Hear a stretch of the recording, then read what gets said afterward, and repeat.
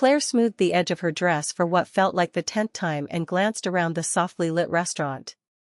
Candles flickered on each table, casting a warm glow across the room, and a string quartet played a gentle melody that seemed to float through the air. She couldn't help smiling as she looked at the empty chair across from her. Tonight marked 10 years since she and Mark had promised to grow old together, and she wanted everything to be perfect. Her fingers brushed over the small velvet box hidden in her purse. Inside was a key, simple, silver, but holding months of work, sleepless nights, and a secret she had guarded fiercely. Tonight was supposed to be the night she revealed it. Her heart pounded as Mark finally walked in, tall and slightly out of breath, still carrying the boyish grin that had first won her heart. He kissed her cheek, smelling faintly of cologne and autumn air, before sliding into his chair. "You look beautiful," he said, reaching across the table to squeeze her hand. Claire smiled, her nerves softening. "Happy anniversary." "Happy anniversary," he echoed, but there was a spark in his eyes, mischievous, almost. They ordered their meals, exchanged stories, and laughed about the early days of their marriage, the tiny apartment with the squeaky floorboards, the leaky sink they tried to fix with duct tape, the time Mark accidentally burned the Thanksgiving turkey. But all through dinner, Claire couldn't shake the feeling that Mark was sitting on something. He kept tapping his fingers against the table, glancing toward the friends and family gathered nearby. When dessert arrived, Mark stood and tapped his glass with his fork, drawing the attention of the room. Claire's pulse quickened. Was he about to steal her surprise before she even had the chance? She smiled nervously, unaware that the next words out of his mouth would change everything. Mark cleared his throat, his smile growing wider as the soft chatter in the restaurant faded into silence. He raised his glass, his voice carrying just enough to reach every table. "I know this is supposed to be a night about Claire and me," he began, glancing at her with a grin, "but I have some news that affects all of us. And I know, it's the right thing to do." Claire's stomach tightened. She gripped the edge of her napkin, wondering what he could possibly be building up to. Mark took a deep breath. "My mom is moving in with us. Starting next week." The room went quiet. Claire felt the words land like a heavy stone in her chest. Around the table, forks paused midair. Someone cleared their throat. Mark's mother, a gentle, silver-haired woman sitting 2 seats down, looked shocked herself. Mark went on, oblivious to the tension. "She's been so lonely since Dad passed, and our house is big enough. It just makes sense. She won't have to worry about bills, about being alone." His voice softened. "I just want to take care of her." Claire swallowed hard, forcing a smile as heat crept up her neck. She understood Mark's heart, that was one of the reasons she loved him, but tonight was supposed to be about them. And this wasn't just news. It was life-altering. In that moment, 100 thoughts raced through her mind. What about their privacy? What about the future they'd been dreaming about, the quiet mornings, the plans for a baby? But when her eyes met Mark's, she saw nothing but earnestness. He wasn't trying to take something from her. He was trying to give something, to his mother, to his family. Claire took a slow, steadying breath. She felt everyone's gaze shift toward her, waiting for her to argue, to protest, to say what most people might have been thinking. Instead, she smiled. Not a forced smile, a real one, soft and full of something deeper. Because they didn't know it yet, but she had a surprise of her own. For a long moment, Claire sat silently, letting the weight of Mark's words settle over the table. She could feel her heartbeat in her fingertips, the key in her purse suddenly feeling heavier than gold. Slowly, she rose to her feet. The room seemed to hold its breath. "Mark," she said softly, her voice calm but steady.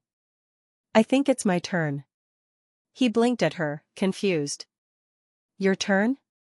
Claire nodded and reached into her purse, pulling out the small velvet box she had hidden for months. "I had a surprise planned for tonight too." She opened the box and held up the key, the metal catching the glow of the candlelight. "This," she said, her voice trembling slightly, "is for your mom."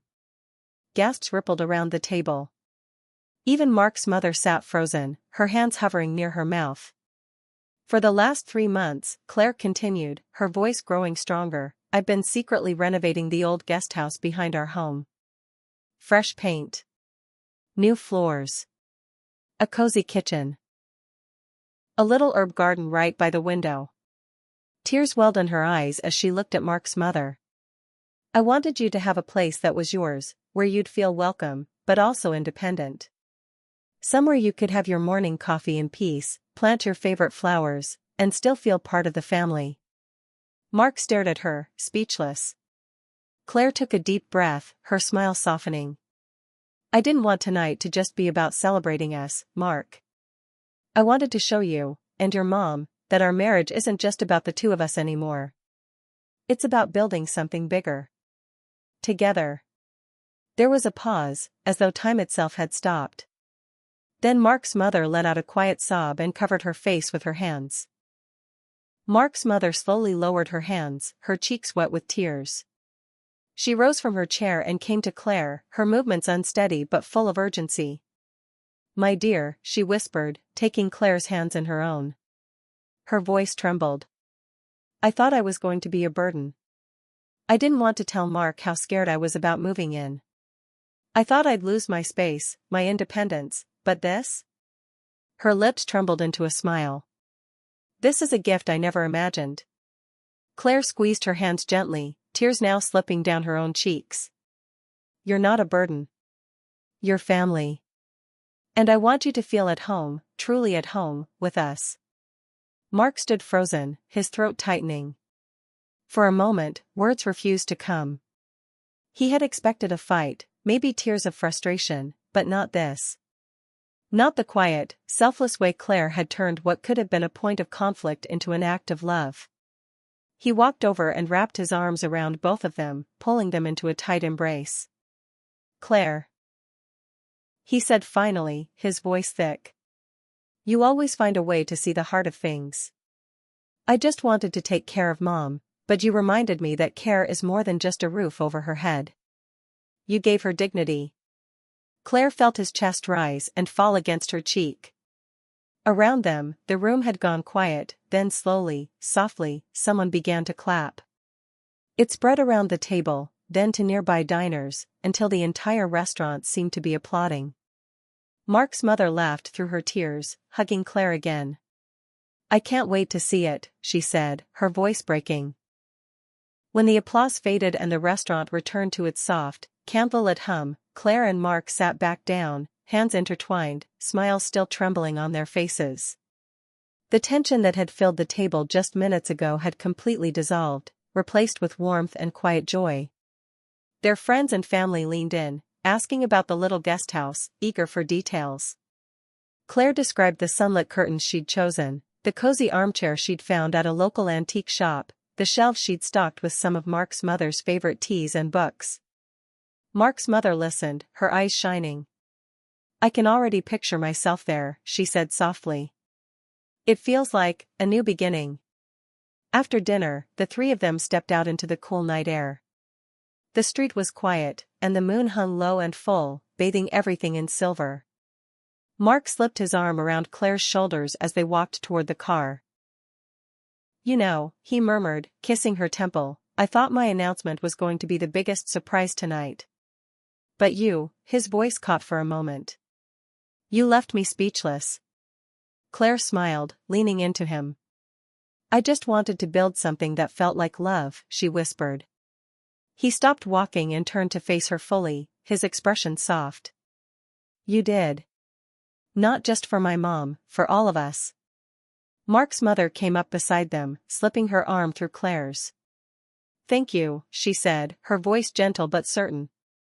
You've given me more than a place to stay. You've given me a place to belong. And in that quiet moment, under the moonlight, Claire realized this was more than just an anniversary celebration. It was a promise, not just between her and Mark, but to the family they were building together. As they drove home, laughter filling the car, Claire glanced out the window at the stars. Her heart felt full, her fears replaced with something steady and bright. Because true love, she thought, isn't just about sharing a home. It's about building one where everyone feels they belong.